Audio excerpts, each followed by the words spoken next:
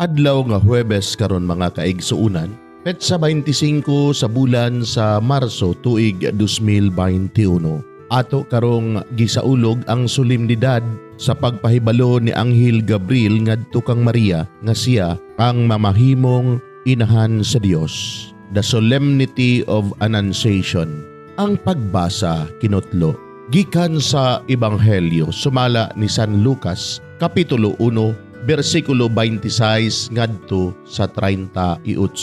Sa unom na kabulan ang gisabak ni Elizabeth, gipadala sa Dios ang anghel nga si Gabriel ngadto sa usa ka lungsod sa Galilea nga ginganlag Nazareth. May mensahe siya alang sa usa ka batan-ong dalaga nga ulay nga ginganlag Maria. Kaslunon siya ngadto sa usa ka lalaki nga ginganlag Jose nga kaliwat ni Hari David. Miadto ang anghel kaniya ug miingon, "Paglipay, ang Ginoo nag-uban ug nagpanalangin kanimo pag-ayo." Nalibog pag-ayo si Maria sa pagkabati niya sa mensahe sa anghel ug namalandong siya kun unsay kahulugan sa iyang mga pulong.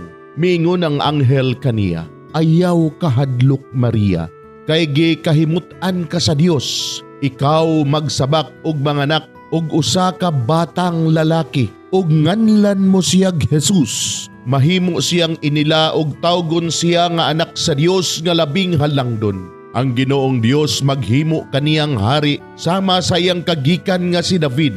Mahimo siyang hari sa mga kaliwat ni Jacob hangtod sa kahangturan ug dili gayud matapos ang iyang gingharian." Si Maria miingon sa anghel, "Unsaon man pagkahimo niini nga wala man ko'y bana?"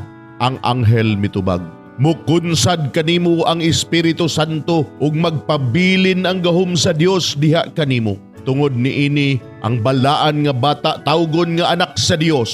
Hinumdumi ang imong paryente nga si Elizabeth, giingon nga dili siya makaanak apan karon unom na kabulan ang iyang pagsabak bisag tigulang na siya. Kay alang sa Dios walay dili mahimo. Miingon si Maria, "Sulugoon ako sa Ginoo.